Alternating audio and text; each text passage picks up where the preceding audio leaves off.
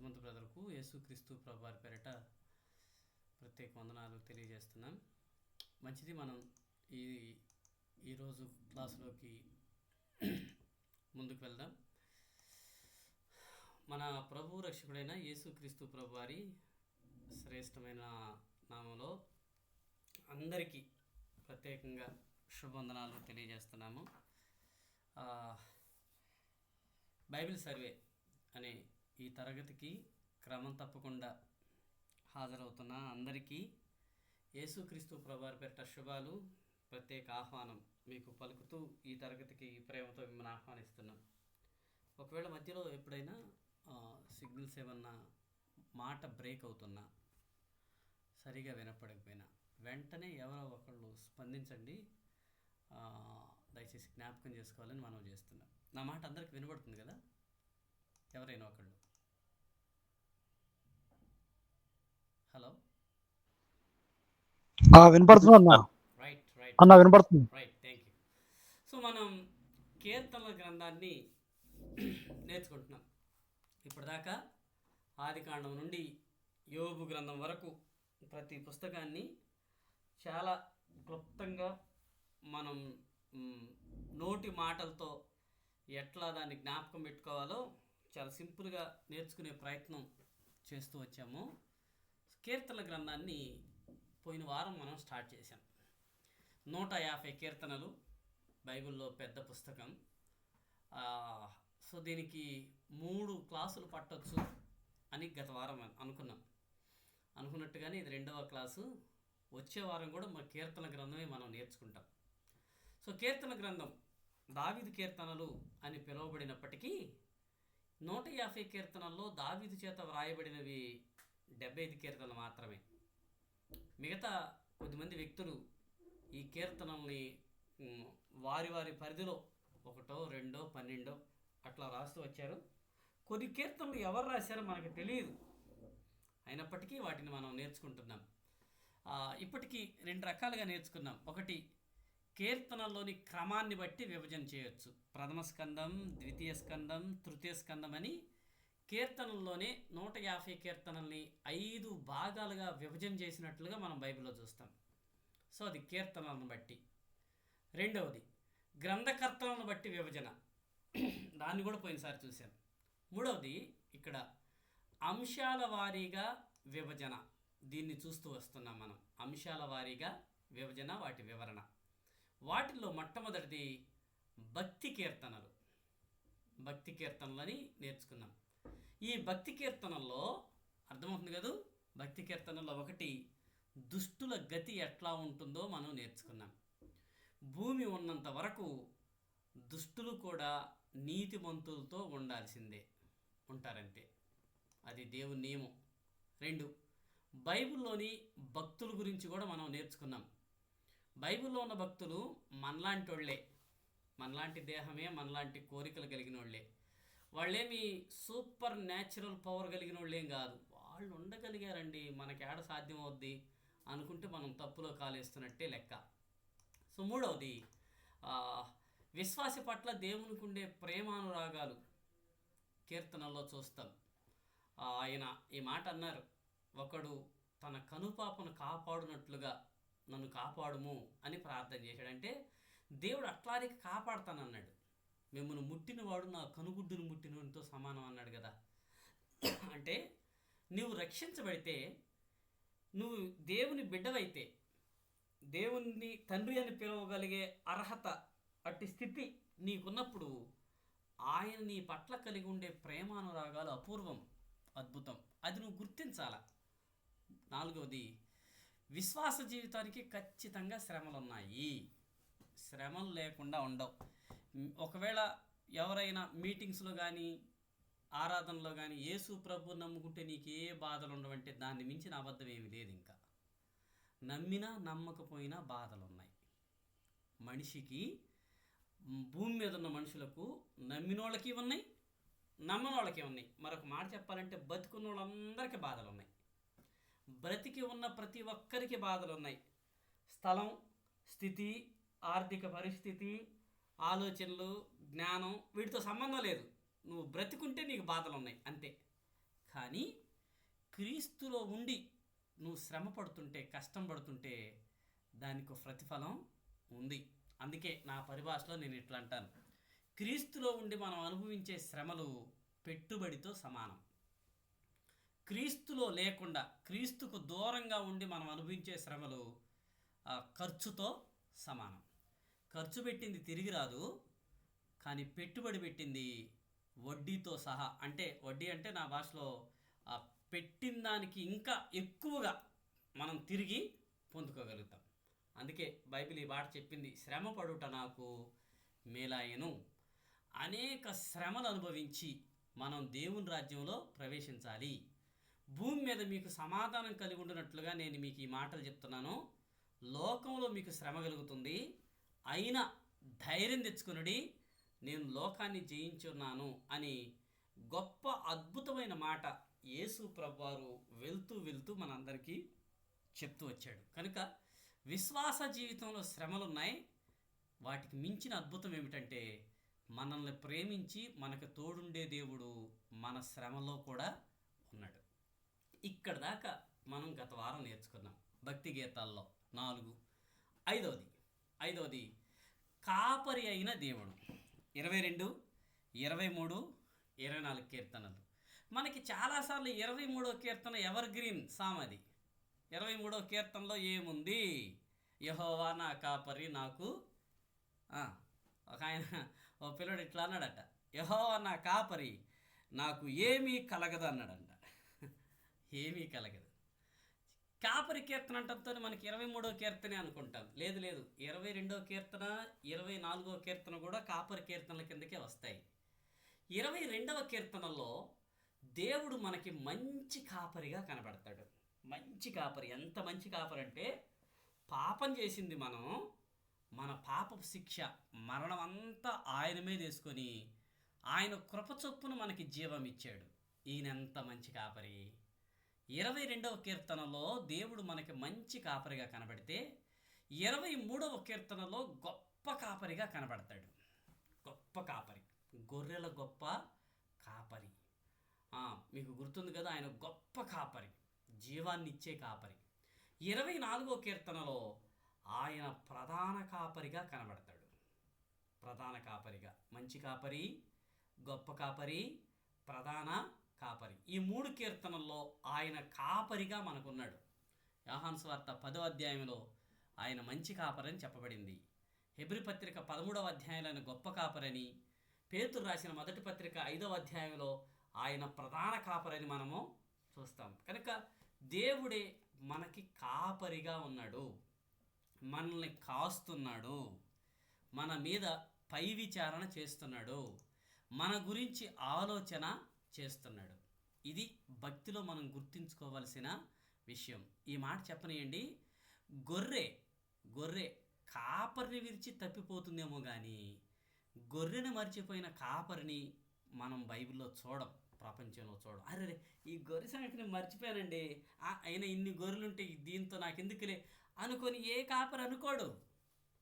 కనుక కొన్నిసార్లు గొర్రెయే కాపరిని మర్చిపోవచ్చు, కాపరిని విడిచిపెట్టవచ్చు, దూరమైపోవచ్చు.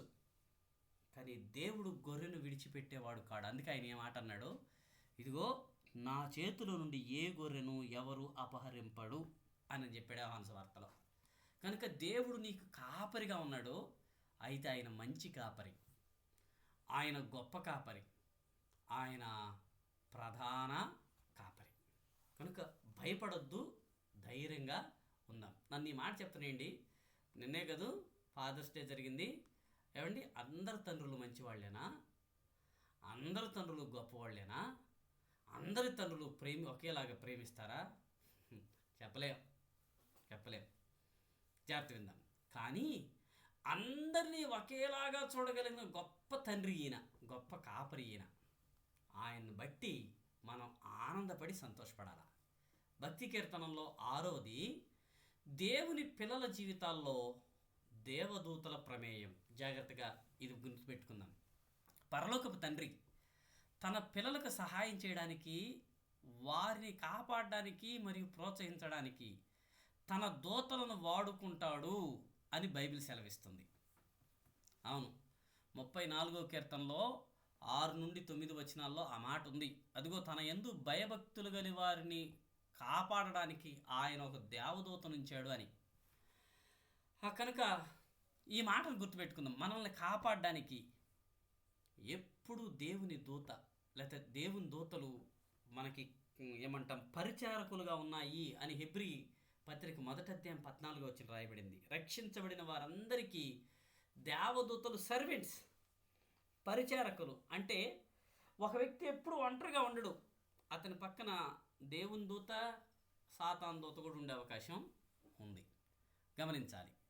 అంటే మనం గుర్తించాల్సిన విషయం, పాత నిబంధన అంతట్లో దేవుడు తన పిల్లల్ని కాపాడడానికి దేవదూతలను వాడుకున్నాడు. దానియేలు దగ్గర నుండి, హిజ్కియా దగ్గర నుండి, ఇట్లాంటి భక్తుల విషయంలో కొత్త నిబంధనలో కూడా కదా, కొత్త నిబంధనలో కూడా అపోస్తుల కార్యాలు 12వ అధ్యాయంలో పేతురు జైల్లో ఉన్నప్పుడు దేవదూత వచ్చి పేతురు లేపి పంపలేదు. మీకు గుర్తుందా? యూదులకి ఒక నమ్మకం ఉంటుంది. యూదులకి ఒక నమ్మకం. ఆ నమ్మకం ఏంటంటే ప్రతి మనిషిని పోలిన ఇది బైబిల్లో చెప్పబడిన విషయం కాదు, యూదులకున్న పారంపర్య నమ్మకం. మళ్ళీ ఇది బైబిల్ ఎక్కడున్న వచనం చెప్పండి అని అడగబాకండి. ఏంటా నమ్మకం అంటే ప్రతి వ్యక్తిని పోలి ఉండే ఒక దేవదూత ఉంటాడని వాళ్ళ నమ్మకం. ప్రతి వ్యక్తిని పోలి ఉండే ఒక దేవదూత. అందుకే అపోస్తుల కార్యాలు 12వ అధ్యాయంలో పేతురు చెరసాలలోంచి విడిపించబడిన తర్వాత యెరూషలేములో తల్లి మరియ ఇంట్లో ఉన్నటువంటి సంఘం ప్రార్థన చేస్తున్న దగ్గరికి పేతురు వచ్చి తలుపు కొట్టాడు. చెల్లి వెళ్ళి తలుపు తీద్దామని వెళ్తే పేతురు స్వరం విని పరిగెత్తుకుంటూ వచ్చి పేతురు వచ్చాడు అని చెప్తే లోపల విన్నోళ్ళందరూ ఏమన్నారు? మీకు గుర్తుందా? ఏమన్నారు? ఫస్ట్ నువ్వు పిచ్చిదానివన్నారు. తర్వాత దేవదూత వచ్చాడేమో అని అన్నారు. చూడండి ఆ మాట, దేవదూత వచ్చాడేమో అంటే పేతురు రాలేదు, పేతురులాగా దేవదూత ఉంటాడు కదా పేతురు పక్కన. పేతురు జైల్లో ఉన్నాడు కాబట్టి అతని స్థానంలో పేతురులాగా ఉండే దేవదూత మనకేదో విషయం చెప్పడానికి వచ్చి ఉంటుంది అన్నట్టుగా వాళ్ళు ఆ మాట వాడారు. వాళ్ళు దేవదూత వచ్చి ఉంటాడని ఊరకనలేదు. ప్రతి మనిషిని పోలి ఉండే ఒక దేవదూత ఉంటాడు అతని సంరక్షణ కోసం అని యూదుల నమ్మకం. అదేమో కానీ తన పిల్లల్ని కాపాడడానికి దేవుడు దేవదూతలను వాడుకుంటున్నాడు. ఈ రోజున కూడా మనం దీన్ని నమ్మొచ్చు. అంటే మన పక్కన దేవదూత ఉంటాడా అన్నా అని మీరు అంటారేమో. నేను దాన్ని అయితే చెప్పలేను, కానీ బైబిల్ను బట్టి దేవుడే మనలో ఉంటే దేవదూత ఎందుకు చెప్పండి? ఇక ఏమండి, దేవుడే మనలో ఉంటే, దేవుడే మనతో ఉంటే దేవదూత ఉన్నాడా లేదని ఆలోచన ఎందుకు ఇంకా? అవునా? బైబిల్ మనకు అదే చెప్తుంది. యోహాను సువార్త 14వ అధ్యాయంలో ఎవరు నన్ను ప్రేమిస్తారో, నా మాట వింటారో వారిలో ఉండడానికి మేము వస్తాము అని యేసు ప్రభువు చెప్పలా? కనుక ఆయన మన హృదయాల్లో ఉన్నాడు, మన దేహంలో ఉన్నాడు. ఇక మన పక్కన దేవదూత ఉంటే అంత, లేకపోతే అంత. కానీ ఇది పాత నిబంధన కాబట్టి వారి ఈ కీర్తనలో దేవదూతల ప్రమేయం ఉంది తన ప్రజల్ని కాపాడడానికి అని నేర్చుకుంటాం. సో ఈ మాట చెప్తున్నప్పుడు మన భక్తి జీవితం పెరగాల. అన్న వాయిస్ సరిగా వినపడుతుందా? గుడ్. మన భక్తిని మనం మరింత పెంపొందించుకోవాలి, దేవుడు మనతో ఉన్నాడు అనడానికి. 7వది, నిస్పృహలో ఉన్నత స్థాయికి మనం ఎదగాలి. మన జీవితంలో సహజంగా ప్రతి ఒక్కరు ఏదో ఒక సమయంలో, ఏదో ఒక స్థలంలో నిరాశ నిస్పృహలకు లోనవ్వాల్సిందే. నాకు ఇప్పుడు దాకా నిరాశ అనేది రాలేదు, అది ఎట్లా ఉంటుందో నాకు తెలియదు అనేవాళ్ళు ఎవరైనా ఉంటే నాకు చెప్పండి. పెద్ద ఫ్లెక్సీ వేపిద్దాం, వాళ్ళకి కట్అవుట్ పెడదాం. ఎవరు లేరు. రక్షించబడిన ప్రతి ఒక్కరూ ఖచ్చితంగా నిరాశ దగ్గరికి వెళ్ళి టచ్ చేయాల్సిందే. అంతెందుకండి, బైబిల్లో పాత నిబంధనలో ఏలియా ఎంత వీరుడు, ఎంత డేరింగ్ అండ్ డాషింగ్ కదా. ఆయన కూడా నిరాశ పడిపోయి నిస్పృహలో పడిపోయిన సందర్భాలు లేదువా? ఉన్నాయి. పరిగెట్టుకుని వెళ్ళినటువంటి సందర్భాలు ఉన్నాయి. అయితే 37వ కీర్తనలో ఒక వ్యక్తి నిరాశలో నిస్పృహలో ఉంటే ఆ స్థితిలో నుండి ఎలా ఉన్నత స్థితికి ఎదగాలో 4 మెట్లు సూచించబడ్డాయి 37వ కీర్తనలో. మీరు ఆల్రెడీ రాసి చూస్తున్నారు. నెంబర్ 1, మన నిరాశలో మన సమస్యకు జవాబు ఇవ్వగలడానికి దేవుడు సమర్థుడు అని నమ్మాలి. ఇది దేవుడు నమ్మాలి. నీ సమస్య ఏదైనా కానీ ఆ సమస్యలో దేవుడు జవాబిస్తాడని, ఆయన్ని సహాయం చేస్తాడని ముందు నువ్వు నమ్మాలి. ఇది మొదటి మెట్టు. రెండవది, ఆయన నీకు జవాబిస్తున్నాడని, పరిష్కరిస్తాడని నమ్మి ఆయన పరిష్కరించక ముందే ఆనందించడం నేర్చుకోవాలి. జాగ్రత్త, మాట వినండి. చాలాసార్లు మనం పరిష్కరిస్తే ఆనందిద్దాం అనుకుంటాం. లేదు లేదు లేదు, మనం ప్రార్థన చేశాము, ప్రభువు చేస్తాడని నమ్మితే ఆనందించటం అప్పుడే స్టార్ట్ అవ్వాలి మనకి. బైబిల్లో కొత్త నిబంధనలో మత్తయి సువార్తలో యేసు ప్రభు వారు చెప్పిన మాట మీకు గుర్తుందా? మీరు ఏమి ప్రార్థన చేస్తారో వాటిని పొందుకొని ఉన్నామని నమ్మి ప్రార్థించమని చెప్పలేదు? లాజరు చనిపోయినప్పుడు సమాధి దగ్గరకు వచ్చి యేసు ప్రభువా దయచేసి నా ప్రార్థన విని లాజర్ని లేపయ్యా అన్నాడా?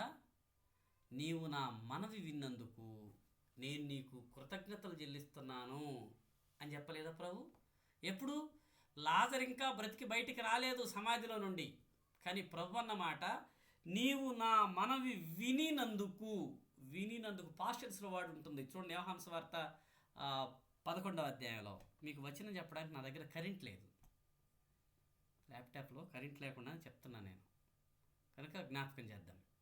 ఆయన ప్రార్థన లాజరు లేచిన తర్వాత చేసినట్టు ఉంటుంది, లేకపోక ముందే చేశాడు.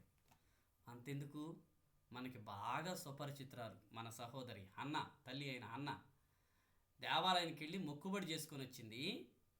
ఆమె కన్సీవ్ అవ్వక ముందే బైబిల్లో రాయబడి ఉంటుంది, ఆమె దేవాలయానికి వెళ్ళి, షిలోహ్ దేవాలయానికి వెళ్ళి ప్రార్థన చేసుకొని ఇంటికి వచ్చి, బైబిల్లో భలే ఉంటుంది అన్నమాట, నాట నుండి ఆమె దుఃఖముఖిగా ఉండుట మానేను అని ఉంది చూడండి. ఇక ఏది, ఆమె కన్సీవ్ అవ్వలే, అక్కడి నుంచి ఏడవటం మానేసిందంట. ఇక పెనిన్న ఎన్నైనా అందుకో నవ్వుతానే ఉంది. సరే చెల్లి అంటుంది. బెత్తరపోయి ఉండాలి ఆమె. ఏమైందిరా, ఇప్పుడు ఏడవట్లేదే, మొహం నల్లబెట్టుకోలేదే? అది ఆయన్ని విశ్వసిస్తే మనం అప్పుడే ఆనందిస్తాం. ఇది 2వ మెట్టు ఉన్నత స్థితికి ఎదగడానికి. 3వది, మన సమస్యని ఆయన దగ్గరికి తీసుకొని వెళ్ళాలి, ఆయనకి అప్పచెప్పేయాలి. ఇది నువ్వే చూసుకో, ఇక ఇది నాది కాదు నీదే అని. 4వది, ఆయన చేతికి అప్పచెప్పాం కాబట్టి అది మనది కాదు కాబట్టి మనం ఆయన చేతిలో విశ్రమించాలి అని గుర్తుపెట్టుకోండి. అంతే, రెస్ట్ తీసుకోవాలి, ఆయన చేతిలో ఉన్నాం, అంతే అంతే. ప్రియులారా, దేవుడు మనల్ని ఉన్నత స్థాయికి తీసుకుని వెళ్ళేది అలా ఎదగడానికి ఈ 4 మెట్లు ఈ 37వ కీర్తనలో ఉన్నాయి. ముందు ఆయన నమ్మాలి, జవాబిస్తాడని నమ్మాలి, జవాబు ఇచ్చాడని విశ్వసించి ఆనందించాలి. 3వది, మన సమస్య ఆయన దగ్గరికి తీసుకొని వెళ్ళిపోవాలి. మనది కాదు, ఇక ఆయనదే, ఆయన చేతిలో పెట్టాను, ఇక నాది కాదు, సమస్య ఆయనే చూసుకుంటాడులే అని మనం రెస్ట్ పీరియడ్లోకి వెళ్ళిపోవాలి, రెస్ట్ మోడ్లోకి. సో అప్పుడు మనం నిరాశ నుండి బయటికి రాగలుగుతారు. నిస్పృహలో చాలాసార్లు మన వాళ్ళు కోడి మీద పొదిగినట్టుగా ఈ నిరాశ మీద పొదుగుతూ ఉంటారు. ఇక ఎప్పుడు వాళ్ళ మాటల్లో నిరాశే, వాళ్ళ ముఖంలో నిరాశే, వాళ్ళ జీవితం నిండా నిరాశే. పేరు మార్చేయాలి, ఇక నిరాశ రాయుడని పెట్టుకోవాలి, ఇక నిరాశ రాణి అని పెట్టుకోవాలి. కనుక నిరాశలో ప్రభు మనల్ని ఉండనీయడు. రైట్. భక్తి గీతాల్లో 8వది, రక్షణ ఆవశ్యకత, రక్షకుని విశిష్టత. రక్షణ ఆవశ్యకత, రక్షణ ఎంత అవసరం ఉందో, రక్షకుని గొప్పతనం ఏంటో 40వ కీర్తనలో రాయబడింది. 40వ కీర్తనలో మీకు గుర్తుందా? 40వ కీర్తనలో, నేను గుంటలో ఉన్నాను, దేవా నన్ను లేపేవాడు నువ్వే, నన్ను లేపి స్థిరమైన బండ మీద నిలబెట్టేవాడివి నువ్వే. బైబిల్ తీస్తున్నారు కదా, జస్ట్ వరకు నేను చూస్తున్నారా? బైబిల్ తీయండి, నాకు కూడా కరెంట్ వచ్చింది. నాశనకరమైన గుంటలో నుండి, జిగటగల ఊబిలో నుండి నన్ను పైకెత్తేవాడు ఆయనే, నన్ను బండ మీద నిలబెట్టిన అరుగుడు స్థిరపరిచేవాడు ఆయనే అని అన్నాడు చూశారు. అంటే ఇక్కడ పాపంలో ఉన్న ప్రతి వ్యక్తి గుంటలోనే ఉన్నట్టు, జిగటగల ఊబిలో ఇక చచ్చిపోవటమే. కాబట్టి ఇప్పుడు రక్షణ చాలా అవసరం. రక్షణ అవసరం అంటే రక్షించే రక్షకుడు అవసరం. సో ఇది మనకు బాగా తెలుసు. యేసే మన రక్షకుడు. యేసే మన రక్షకుడు. ఆయన తత్వవేత్తలాగా వచ్చి తత్వం చెప్పలేదు మనకి, లేకపోతే జాలి చూపించేవాళ్ళలాగా వచ్చి అబ్బా అయ్యో అయ్యో అని చెప్పలేదు. ఒక మత స్థాపకుల్లాగా వచ్చి నువ్వు అవి చేస్తే ఈ చేస్తే ఆ కర్మలు మత కర్మలు చేస్తే ఉపవాసం ఉంటే రక్షించబడతాయి ఇవి చెప్పలేదు. ప్రేమ కలిగిన జాలి కలిగిన దేవునిగా, కరుణ చూపించేవానిగా మన స్థానాన్ని ఆయనే తీసుకొని మన కొరకు సిలువలో చనిపోయి మరణించి సమాధి చేయబడి మూడో రోజు మృత్యుంజయుడే లేచి ఆయన రక్షకుడని నిరూపించుకున్నాడు. మనకు రక్షణను ఉచితంగా ఇచ్చాడు. ఈ విషయం ఎందుకు చెప్తున్నామంటే రక్షణ చాలా అవసరం. మనకి రక్షకుడు మనకు ఉన్నాడు కనుక మన భక్తిలో మనం బలంగా ఉండవలసిన వారమై ఉన్నాం. 9వది, విశ్వాసి అంటే ప్రభు మనం రక్షించాడు కనుక మనం ప్రతిరోజు మ్యాథ్స్ క్లాసులో ఉన్నట్టు లెక్క. ప్రతిరోజు అభ్యాసాలు మీకు గుర్తున్నాయా? మ్యాథ్స్లోకి వెళ్ళామంటే అభ్యాసాలు ఎక్సర్సైజెస్. విశ్వాసి తన జీవితం అంతా అభ్యసించవలసిన ఒక పాఠం 42వ కీర్తనలో ఉంది.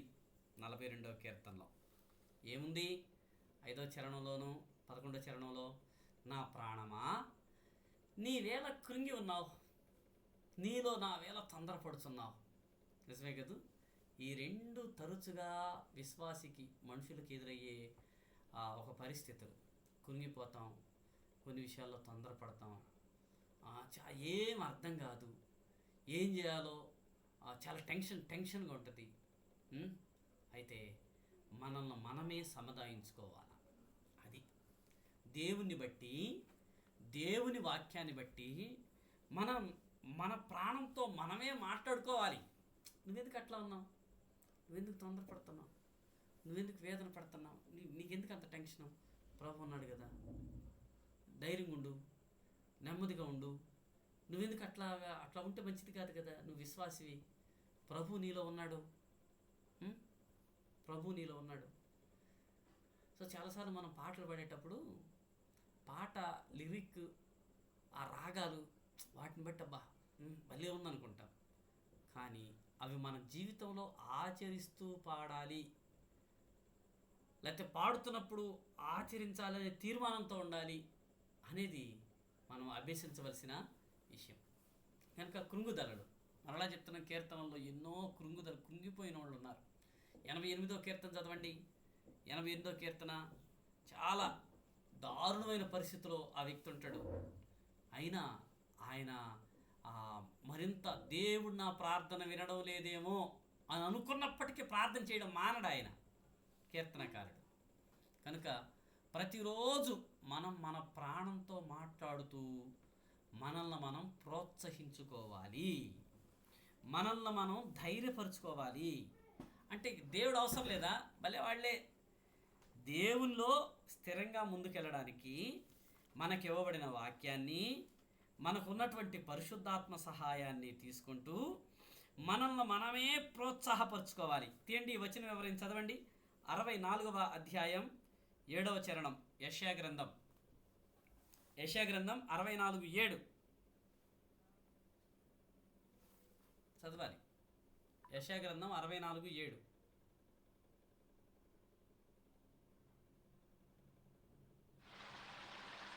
నీ నామమును బట్టి మొరపెట్టువాడొకడును లేకపోయెను, నిన్ను ఆధారము చేసుకొనుటకై తన్ను తాను ప్రోత్సాహపరచుకొని వాడొకడును లేడు. చాలమ్మా, చాలు. ఆ మాటే దానికోసం చదవమన్నాను.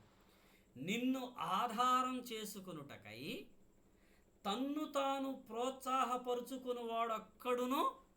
అది అంటే దేవుణ్ణి ఆధారం చేసుకొని బ్రతకడం కోసం ఎవరికి వాళ్ళే ప్రోత్సాహపరుచుకోవాలా.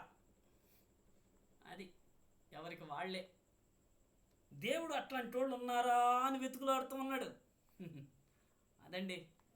కనుక నిన్ను నువ్వే ప్రోత్సహించుకుంటావో, మరలా చెప్తున్నాను, మనల్ని మనమే ప్రోత్సహించుకుంటే దేవుడు అవసరం లేదా? అట్లా కాదు, అట్లా కాదు. దేవుని వాక్యం ఉంది, సంఘం ఉంది, మన కొరకు పరిశుద్ధాత్ముడు ఉన్నాడు, మనలో ప్రభువే ఉన్నారు. కాబట్టి వీళ్ళందరి సహాయంతో మనల్ని మనమే ప్రోత్సాహపరుచుకోవాలి. అంటే ఇంకొక మనిషి కోసం ఎదురు చూడాల్సిన పని లేదు, ప్రభు మనలోనే ఉన్నాడు. అట్లా అని చెప్పి మనుషులు అవసరం లేదా? ఆయన ఇస్తాడు. కాకపోతే నువ్వు వాళ్ళ కోసం ఎదురు చూడదు. కొండల వైపు నా కనులు ఎత్తుచున్నాను. కొన్నిసార్లు అంటే దావీదు కొండల ప్రాంతంలో ఉన్నాడు కాబట్టి ఆ మాట అన్నాడు. మనమైతే కొండల కోసం ఎదురు చూస్తాం. కొండలంటే ఆ కొండ కాదు నేను చెప్పేది, మనిషి పేరు. ఎవరో మనిషి, ఒక వ్యక్తి, ఆయన వస్తాడేమో, ఈ అమ్మాయి వస్తుందేమో, ఈ సిస్టర్ వస్తుందేమో, అట్లాగా. కనుక విశ్వాసిగా మనం ప్రతిరోజు అభ్యసించవలసిన విషయం ఇది, నేను ఎందుకు ఇది అవ్వాలి అని. పదవది మహాశ్రమల కాలంలో ఇశ్రాయేలు భద్రతను గురించి కూడా ఈ భాగంలో చెప్పబడింది. సో ఇది యేసుక్రీస్తు ప్రభువారి రాకడ కాలం, మహాశ్రమల కాలంలో ఇశ్రాయేలు శేషం అంత్యక్రీస్తు బారి నుండి తప్పించుకొని పెట్రా అనే స్థలంలో దాచిపెట్టబడే సంఘటనని 46వ కీర్తన తెలియజేస్తుంది. సో ఇది ఫ్యూచరు. అయితే ఆ మహాశ్రమల కాలంలో క్రీస్తు విరోధి ఇశ్రాయేలుని పెట్టే చాలా శ్రమలు ఉన్నాయి. అయితే దేవుడే ఇశ్రాయేలీలకు కావలసిన భద్రత ఇస్తాడు. ఈ కీర్తనల్లో ఆ మాట ఉంది. అంటే దీన్ని మనం ఎట్లా తీసుకోవాలి? మన శ్రమల కాలంలో కూడా దేవుడు మనల్ని భద్రపరుస్తాడు, మనకు కావలసిన క్షేమాన్ని ఆయన ఇస్తాడు, ఆయన మనల్ని మర్చిపోయేవాడు కాదు అని గుర్తుపెట్టుకోవాలి. రైట్. 11వది భక్తి గీతాల్లో 11వ విషయం, బలి అర్పణ, హృదయార్పణ. ఏది దేవుడు కోరేది? ఏది? బలి అర్పణ కోరతాడా, హృదయార్పణ కోరతాడా? పాత నిబంధనలో ఎన్నో బలులు ఉన్నాయి, కానీ మీకు విషయం చెప్పాలి, దేవుడు బలిని కోరేవాడు కాదు. యేసు ప్రభువారు చాలా పర్ఫెక్ట్గా దాని కొత్త నిబంధనలు చెప్పాడు. నేను బలిని కోరువాడను కాదు, కనికరమనే కోరుచున్నాను కానీ బలిని కోరను అను వాక్య భాగం ఏంటో, దాని భావం ఏంటో వెళ్ళి నేర్చుకోపోండి అని చెప్పలేదా? దావీదు కీర్తన 50వ కీర్తన, 50వ కీర్తనలో ఈ మాట రాసిలేదా? 51వ కీర్తనలో కూడా దావీదు అన్నమాట గుర్తుందా? నీవు బలిని కోరువాడవు కాదు, కోరితే నేను ఎన్నైనా అర్పించడానికి రెడే, కానీ నువ్వు బలిని కోరువాడవు కాదు ప్రభువా అని చెప్పలేదా? అదేంటిది? మరి బలిని కోరనప్పుడు బలి అర్పించమని చెప్పింది దేవుడేగా. అబ్రహాము, నీ కొడుకుని తెసిపోయి మోరియా పర్వతాల్లో నేను చూపించే పర్వతం మీద ఇస్సాకుని బలి ఇవ్వమని చెప్పింది ఆయనేగా. ఒకసారి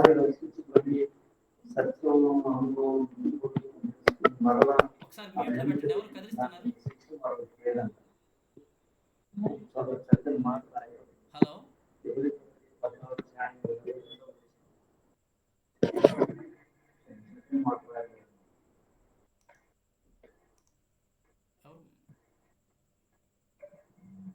దయచేసి మాట్లాడుతూ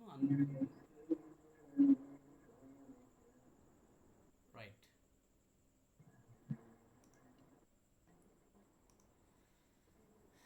కనుక పాత నిబంధనలో కూడా అసలు వాస్తవానికి దేవుడు బలి కోరేవాడు కాదు. మరి బలి వ్యవస్థ పెట్టింది ఆయనే కదా. లేవి కాండంలో దేవుడు బలుల్ని ఎందుకు పెట్టాడు అంటే, జాగ్రత్తగా మాట వినండి, బలిని ఎందుకు పెట్టాల్సి వచ్చిందంటే, ఒకటి, పాపం ఎంత తీవ్రమైందో మనిషికి తెలియడం కోసం ఆయన బలిని పెట్టాడు. ఇది బలి వ్యవస్థ దేవుడే ఇచ్చినాడు, కానీ ఆయన ఉద్దేశం మీరు బలి ఇస్తే నేను తృప్తి పడతానని కాదు. అట్లయితే సౌలుతో సమూయేలు చెప్పిన మాట మీకు గుర్తుంది కదా, బలి ఇస్తే దేవుడు సంతోషపడతాడా? మాట వింటే కదా సంతోషపడేది అని చెప్పిన మాట. కానీ దేవుడే బలులు ఇచ్చాడు. దానికి గల కారణం మనిషి పాపం ఎంత తీవ్రమైందో తెలుసుకోవాలని, ఎంత భయంకరమైందో తెలుసుకోవాలని.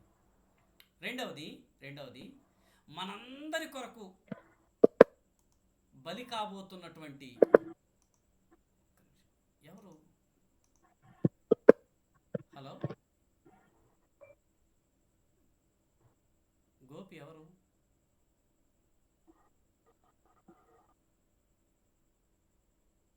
గోపి అనే బ్రదర్ ఎవరు? గోపి పవన్.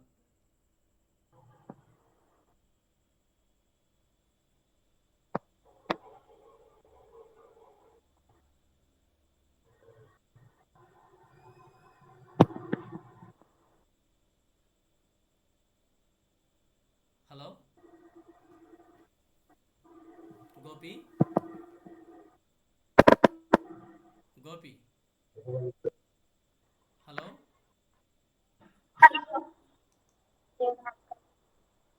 హలో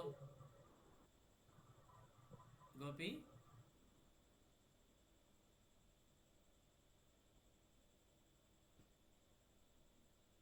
ఒక్క నిమిషం.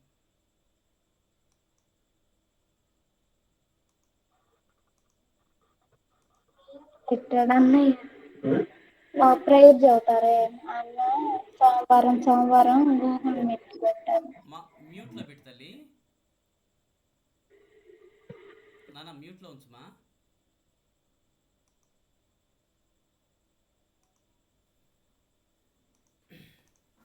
రైట్. సో పాపం యొక్క తీవ్రత మనిషికి తెలియాలని, పాపం పోవాలంటే రక్తం యొక్క ఆవశ్యకత మనిషికి తెలియాలని, తద్వారా సర్వలోక మానవాళి కొరకు యేసు ప్రభువారు చేసే బలియాగం దాని తీవ్రత మనుషులు తెలుసుకోవాలని ప్రభు బలి వ్యవస్థనిచ్చాడు. అయితే దేవుడు కోరేది హృదయార్పణనే. దాన్ని మనం జ్ఞాపకం పెట్టుకోవాలి. హృదయార్పణ, హృదయాన్ని దేవునికి ఇవ్వడం, హృదయంలో దేవునికి చోటు ఇవ్వడం. ఆయనకు కావలసింది హృదయార్పణే. దాని శ్రేష్టత్వం మనకి కీర్తన గ్రంథంలో మనము చూస్తాం. ఆయన హృదయ శుద్ధి గలవారు ధన్యులు, వారు దేవుని చూచెదరు అనే మాట. కనుక హృదయాన్ని ఆయన కోరుతున్నాడు.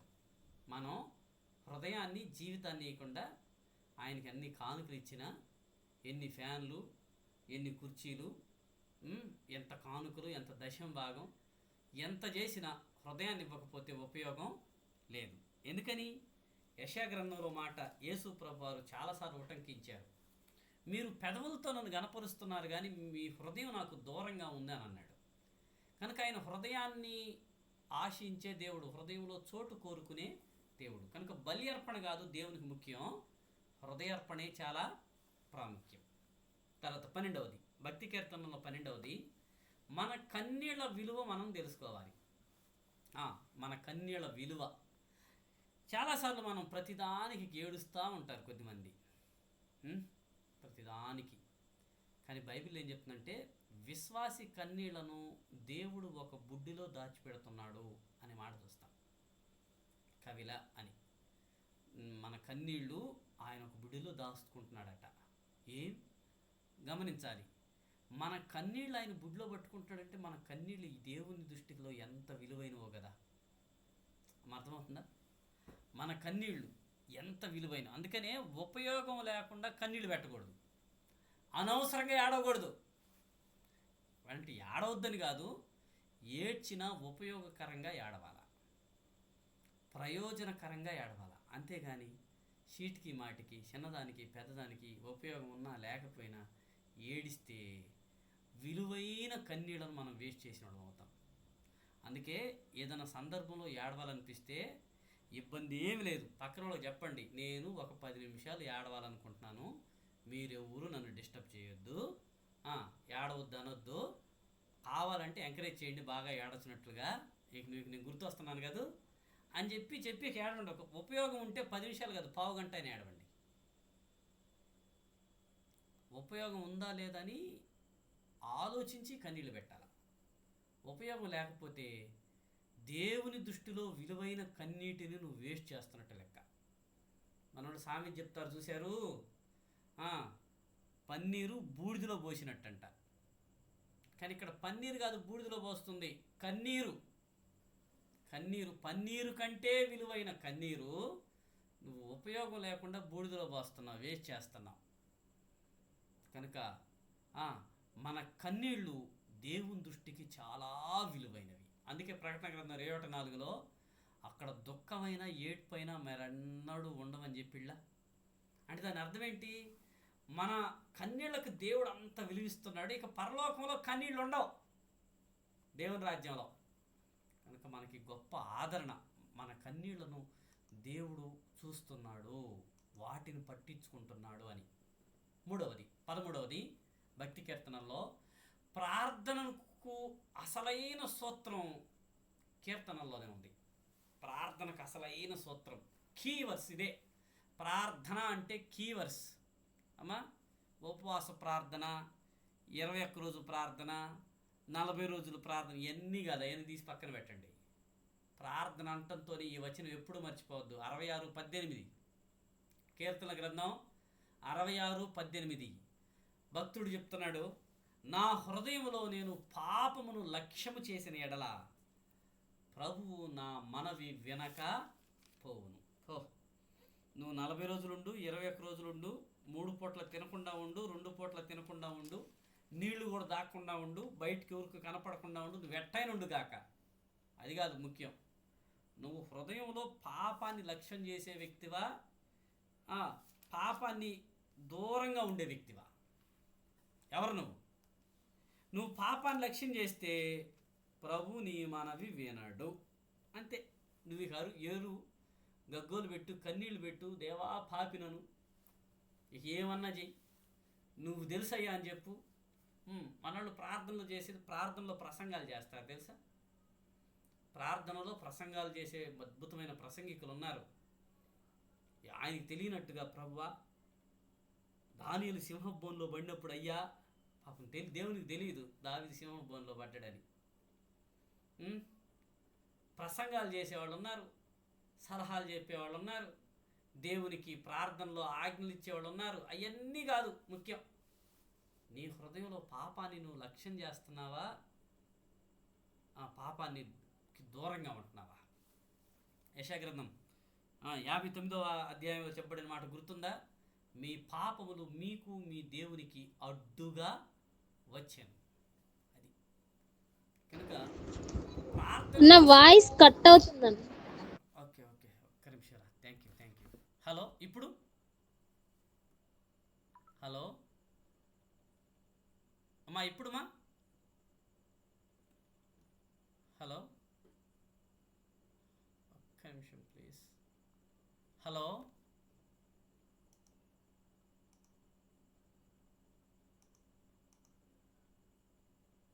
హలో అన్న లైట్ గా అప్పుడప్పుడు కట్ అవుతుందన్న వాయిస్. ఇప్పుడు కొంచెం పర్లేదన్న. ఇప్పుడు ఎట్లా ఉందమ్మా, పర్లేదా ఇప్పుడు? అమ్మా ఇప్పుడు పర్లేదా? హలో, ఒక్క నిమిషం ప్లీజ్. ఏమేమి ట్రైన్ కూడా వెళ్ళలేదే.